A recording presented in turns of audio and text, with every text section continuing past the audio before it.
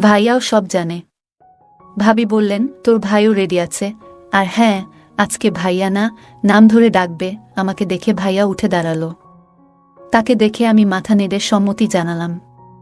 ভাইয়া জিজ্ঞেস করলেন, তুমি কি সত্যিই প্রস্তুত? আমি বললাম, হ্যাঁ আমি প্রস্তুত। আমার ভাই ও ভাবি অনেকদিন ধরে সন্তান ধারণের চেষ্টা করছিলেন, কিন্তু সফল হচ্ছিলেন না। আমি তখন আমার বাবা মায়ের বাড়িতে থাকতাম। হঠাৎ করেই আমার ভাই আমাকে তার কাছে নিয়ে আসে এবং একাধিক রাত আমাকে তার স্ত্রীর মতো আচরণ করে কাটায়। আমি গর্ভবতী হয়ে যাই। আমার নাম তামিমা। আমি দেখতে অনেক সুন্দর, শরীরের গঠন নাই বা বললাম। ছেলেরা আমাকে একবার দেখলে চোখ ফেরাতে চায় না। মনে হতো তারা আমাকে কিছু বলতে চায়, কিন্তু তাদের সাহস হয় নাই কখনো। আমার গল্পগুলো তোমরা শুনো, কিন্তু সাবস্ক্রাইব করো না। দয়া করে গল্পগুলো ভালো লাগলে ভিডিওটি লাইক, শেয়ার এবং চ্যানেলটি সাবস্ক্রাইব করো প্লিজ। আমার বিয়ে 1 বছরও টিকেনি এবং সেই দুর্বলতার সুযোগ নিয়ে আমার মায়ের বাড়িতে থাকা আমার জন্য কষ্টের হয়ে উঠেছিল। আমার মা, বাবা ও ভাইয়ের ঠাট্টা বিদ্রূপ দিন দিন বেড়ে যাচ্ছিল। তারা মনে করত যে আমি বাড়িতে থাকলে আমার ভাই আবার বিয়ে করতে পারবে না। আমার অসহ্যত্বের কারণে আমি তাদের কথা শুনতাম, কারণ আমি আমার ইচ্ছামত প্রেমে করে বিয়ে করেছিলাম, যা 1 বছরও টিকেনি। আমার মামাতো ভাই জানত যে তার চাচা ও খালা কতটা নিষ্ঠুর স্বভাবের। সে আমাকে বলল, আপু তুমি আমাদের বাসায় এসো, এখানে তুমি শান্তি পাবে। আমার জীবন অনেক চেষ্টার পরেও স্বাভাবিক রাখতে পারিনি, কারণ তার পরিবারের সদস্যরা আমার সম্পর্কে ভুল ধারণা পোষণ করেছিল। আমি 26 বছর বয়সে বিয়ে করেছিলাম এবং 27 বছর বয়সে ডিভোর্স পেয়েছিলাম। সেই দিনগুলোর কথা বারবার মনে করতে চাইতাম না। তাই যখন সুনীল ভাইয়া আমাকে তার বাড়িতে আসার জন্য আমন্ত্রণ জানালো, আমি সেই রাতেই সিদ্ধান্ত নিলাম যে আমি আর আমার বাবা মায়ের বাড়িতে থাকব না। আমার জিনিসপত্র গুছিয়ে বাসে চেপে রওনা দিলাম, কারণ আমার বাবা মাও চেয়েছিল আমি যেন বাড়িতে না থাকি। সুনীল ভাইয়ারের সঙ্গে আমার ছোটবেলার বন্ধুত্ব ছিল। সে এমন একজন যাকে আমি ভাই বলে ডাকতাম। তার কোনো সন্তান ছিল না, আর সে আমাকে খুব খুশি মনে স্বাগত জানালো। সুনীল এর বাড়িতে আমি কোনো অবজ্ঞার সম্মুখীন হইনি। সে আমার প্রয়োজনের দিকে খুব যত্ন নিয়েছিল। সেই খুশির পরিবেশে আমি 6 দিন কাটালাম। সুনীল এবং তার স্ত্রীর মধ্যে একবারও কোনো ঝগড়া দেখিনি, কিন্তু আমার কারণে তাদের মধ্যে যেন কোনো সমস্যা না হয়, তাই আমি সুনীলকে বললাম যে এখন আমাকে বিদায় নিতে হবে। হয়তো আমার উপস্থিতির কারণে তোমরা নিজেদের সময় পাচ্ছ না। সুনীল উত্তরে বলল, এখন সময় পেয়ে আর কি লাভ। আমি বুঝলাম কিছু একটা সমস্যা আছে তাদের মাঝে। আমাদের বিয়ের 8 বছর পূর্ণ হল। সুনীল আমাকে তার বাড়িতে কয়েকদিন থাকার অনুরোধ করল। সেদিন রাতে যে রুমে আমি ছিলাম, আমার রুমটা সুনীল ভাই এর রুমের পাশেই ছিল। আমি রুম থেকে বের হতেই সুনীল ভাইয়ার রুম থেকে কিছু আওয়াজ শুনতে পেলাম। মনে হচ্ছিল তার বউয়ের সাথে কথা বলছেন, আর কিছু অদ্ভুত আওয়াজ আসছিল। এত রাতে এসব কথা ও আওয়াজ শুনে হঠাৎ আমার স্বামীর কথা মনে পড়ে গেল। রুমে ফিরে এসে কানে তুলো দিয়ে শুয়ে পড়লাম, যাতে কোনো আওয়াজ না শুনতে পাই এবং চোখের সামনে কোনো অপ্রিয় দৃশ্য না আসে। পরের দিন ভাবির বাড়িতে শ্বশুর ও খালা আলাপ করছিলেন। খালা বললেন, প্রিয়া তুমি আর আমি কবে শুকবো শুনতে পারবো? খালার প্রশ্ন শুনে প্রিয়ার মুখ ভেঙে গেল। সুনীল ভাইয়া বলল, আমাদের ফ্যামিলি প্ল্যানিং আছে, কিন্তু এখনো ভাবিনি। প্রিয়া ভাবি ওখান থেকে চলে যেতেই খালা মুখ গোমড়া করে নিজের রুমে চলে গেলেন। আমি বুঝতে পারলাম না কেন প্রিয়া ভাবি এত মন খারাপ করেছে। তাই আমি ওর রুমে গেলাম। তাকে কাঁদতে দেখে বললাম, প্রিয়া তুই কাঁদছিস তোর খালার এই প্রশ্নে?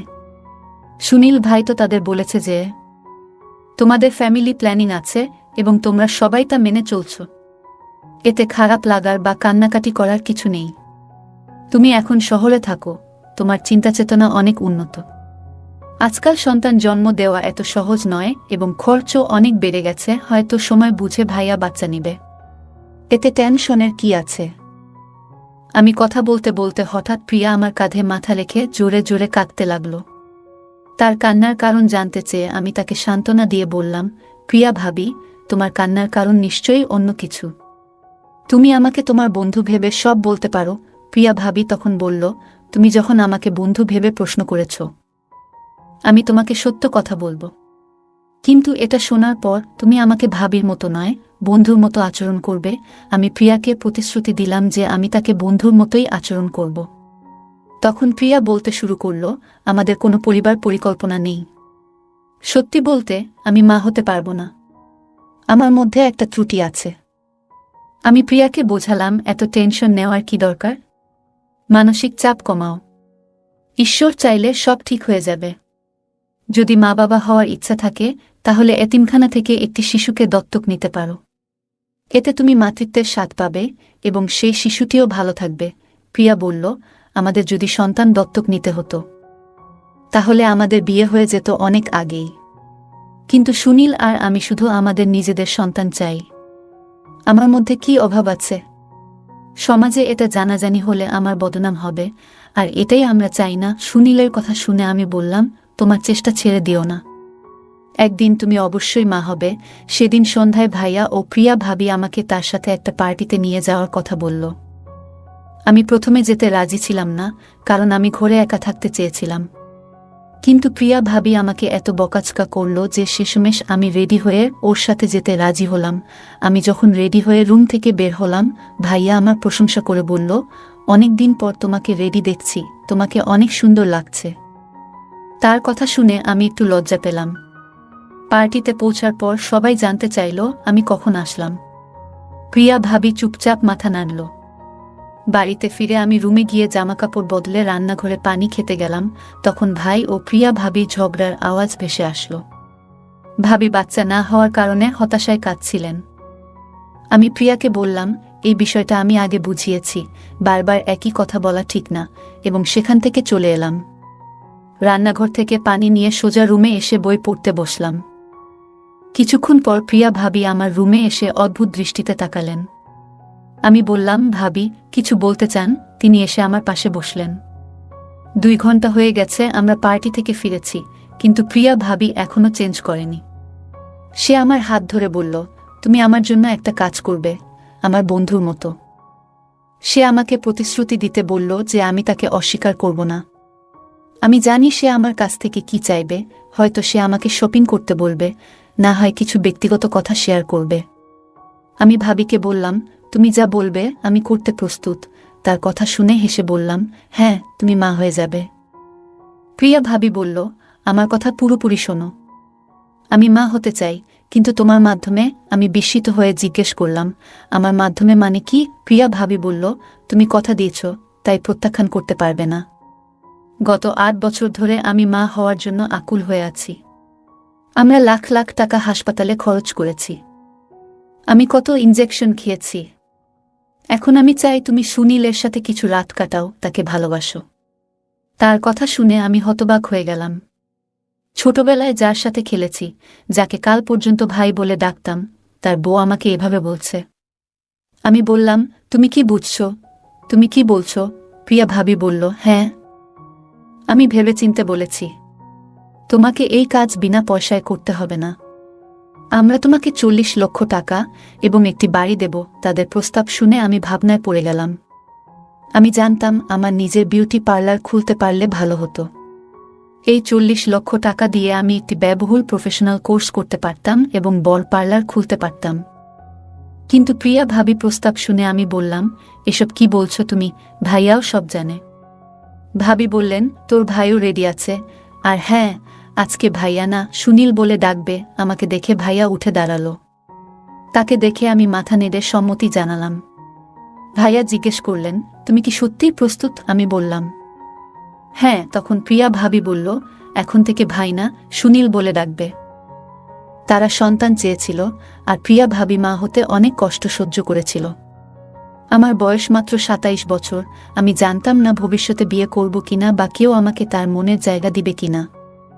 সুনীল আমার মামাতো ভাই, তাই ছোটবেলা থেকেই বিয়ে করতে পারিনি। কিন্তু সব ভুলে আমি কাজ আর ন্যায্য পাওনা নিতে যাচ্ছিলাম, যাতে ভবিষ্যতে আর কারো সাহায্য নিতে না হয়। আমি দৃঢ় সিদ্ধান্ত নিয়েছিলাম। হঠাৎ বোনের গলা শোনা গেল, আমরা এখনই পার্টি থেকে ফিরেছি, তুমিও ক্লান্ত, আজ বিশ্রাম নাও, কাল থেকে শুরু হবে। আমি মাথা নেড়ে রুমে চলে গেলাম। রাতের খাবার খেয়ে পরের দিন আসলো। কিছুক্ষণ পর প্রিয়া ভাবি এসে বললেন, সুনীল কখনো অন্য মেয়ের দিকে তাকায় না, কিন্তু এখন সে যা করবে আমাদের জন্য করবে। তার হাতে একটা নাইট গাউন ছিল, যা অনেক সুন্দর আর আকর্ষণীয় ছিল। তিনি বললেন, তুমি এই পোশাক পরে সুনীল এর রুমে যাও, সে তোমার দিকে আকৃষ্ট হবে। প্রিয়া ভাবি বললেন, মনে রেখো, এটা শুধু একটা চুক্তি, অন্য কোনো ভাবনা আনবে না। মনে মনে এই চুক্তি মনে রেখে আমি সুনীল এর রুমে গেলাম, শুধু আমার ভবিষ্যতের কথা ভেবে। মাথা নেড়ে সুনীল ভাই এর ঘরে চলে গেলাম। সুনীল ভাই রুমে কোথাও দেখা যাচ্ছিল না। প্রিয়া ভাবি তাকে তার রুমে ডাকল, সে তখন বাথরুমে ছিল। প্রিয়া ভাবি বলল, তাতিমা রুমে এসেছে। সুনীল বলল, আমি ফ্রেশ হয়ে আসছি। প্রিয়া ভাবি বুঝতে পেরে বেরিয়ে গেল। আমি রুমের আলো নিভিয়ে দিলাম। সুনীল ভাইয়া বাথরুম থেকে বেরিয়ে এসে আমার পাশে বসল। আমরা কেউই কিছু বলছিলাম না। হঠাৎ সুনীল ভাইয়া আমার ঘাড়ে হাত রাখল। আমি মনে করলাম, এটা আমার ভবিষ্যতের জন্য একটা চুক্তি। আমাকে এটা করতে হবে, আর আমি এক দম্পতিকে বাবা মা হওয়ার সাহায্য করছিলাম মাত্র। সুনীল এর সাথে কাটানো রাতে পর আমি গর্ভাবস্থার উপসর্গ অনুভব করলাম। এখন আমি নিজেই ঘর অন্ধকার করে দিতাম। সুনীলও তাই চেয়েছিল। 1 মাস পর আমি মশলাদার খাবার খেতে লাগলাম। সুনীল আমাকে তার এক বন্ধুর চেকআপে নিয়ে গেল। অন্তঃসত্ত্বা হওয়ার খবর শুনে সুনীল ও প্রিয়া ভাবি মুখে খুশি দেখে আমিও খুশি হলাম। সুনীল আমার প্রতি অনেক বেশি যত্নশীল হয়ে উঠল। সুনীল দ্রুতই উধাও হয়ে যেত, যদিও সে তার স্ত্রীর সন্তান হওয়ার অজুহাত দেখাত। গ্রামের কিছু মহিলা তার বউকে বন্ধা বলে ডাকতে শুরু করেছিল। আমি তাকে সাহায্য করতে চেয়েছিলাম। সুনীল অনেক আত্মীয় স্বজন এড়িয়ে চলত, অফিসে যাওয়ার সময় তাকে এড়িয়ে যেত এবং ঘরে তালা দেখে ফিরে যেত, যাতে প্রিয়া ভাবির পেট দেখা না যায় এবং কারো প্রশ্নের সম্মুখীন না হতে হয়। প্রিয়া ভাবি বাইরে যেতে হলে অনলাইনে একটি নকল পেট অর্ডার করেছিলেন, যা তাকে গর্ভবতী দেখাত। আমি বাবা মাকে জানিয়েছিলাম যে আমি শহরে কাজ করছি এবং তার বাড়িতে ফেরা আমার পক্ষে সম্ভব নয়। প্রথম 4 মাস ধীরে ধীরে চলে গেল। তারপর 5ম মাসেও পেট দেখা দিতে শুরু করল। সুনীল এবং প্রিয়া ভাবি আমাকে তাদের বাড়িতে থাকার জায়গা দিয়েছিলেন, সব ধরনের সুবিধা দিচ্ছিলেন। হঠাৎ করেই সুনীল আমার পেটে হাত রাখে, সন্তানকে অনুভব করতে চায়, তাই আমি কিছু বলিনি। গর্ভাবস্থার কারণে কখনো কখনো রাতে ঘুমাতে পারতাম না। হঠাৎ করে সুনীল আমার খুব কাছে চলে আসত এবং অনুচিত কাজের চেষ্টা করত। আমি প্রিয়া ভাবিকে জানালে তিনি বললেন, কোনো ফালতু কাজ করো না।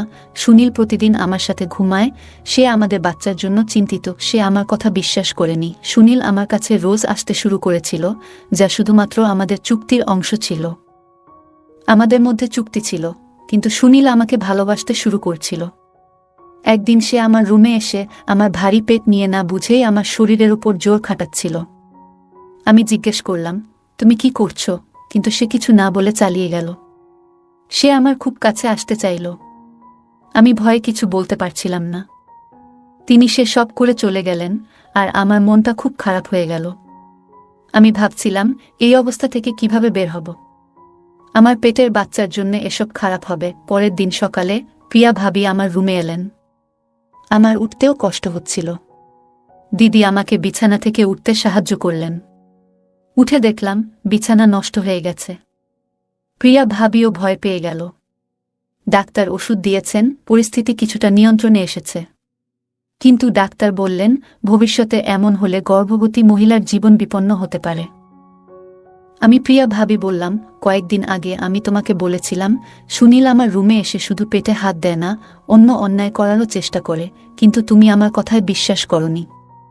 এখন আমি নিশ্চিত যে তুমি আমার কথা বিশ্বাস করবে। সে অনুভব করেছিল যে আমি কখনোই কল্পনা করতে পারিনি যে গর্ভাবস্থায় আমি এমন একটি ন্যাক্কারজনক ঘটনার শিকার হব। হঠাৎ সুনীল শুরু করল অগ্রহণযোগ্য কাজ। যখন সে আমার গাউনটা নিচ থেকে সরিয়ে দিল, আমি জোরে চিৎকার করতে লাগলাম। আজ সুনীল সমস্ত সীমা অতিক্রম করেছে। সে আমার মুখে হাত দিয়ে আমার চিৎকার থামানোর চেষ্টা করল। তারপর আমি রুমে জোরে চিৎকার করতেই আলো জ্বলে উঠল এবং সে মুখ ফিরিয়ে নিল। প্রিয়া ভাবি এসে দেখল সুনীল আমার সাথে খারাপ কিছু করার চেষ্টা করছিল। এখন প্রিয়া ভাবির বিশ্বাস হচ্ছিল যে আমি তাকে যা বলেছিলাম সব সত্য, কারণ আমি গর্ভাবস্থায় এসব কাজ মোটেও শোভা পায় না। তারপরে আবার আমরা একটি কন্ট্রাক্ট করছিলাম, তাই প্রিয়া ভাবি সুনীলকে বুঝিয়ে নিয়ে যায়। সুনীল ভাই তার ভুল বুঝতে পারে, কারণ এই অবস্থা এসব কাজ করলে আমার গর্ভে থাকা সন্তানের জন্য অনেক খারাপ কিছু ঘটবে। তার কিছুদিন পর আমি সন্তান জন্ম দেই। সন্তান জন্মের পর সে আমাকে টাকা ও বাড়ি দিয়েছিল। এরপর প্রিয়া ভাবি সুনীলকে নিয়ে তার মায়ের বাড়িতে চলে যায়। আর আমি এই টাকা পয়সা আর বাড়ি নিয়ে সুখে থাকতে শুরু করি। এখন আমি অনেক ভালো আছি। গল্পটা কেমন লাগলো জানাতে ভুলবে না। আরও মজার মজার রোমান্টিক গল্প শুনতে চাইলে ভিডিওটি লাইক, শেয়ার এবং চ্যানেলটি সাবস্ক্রাইব করতে এবং বেল আইকনটি ক্লিক করতে ভুলবে না। ধন্যবাদ।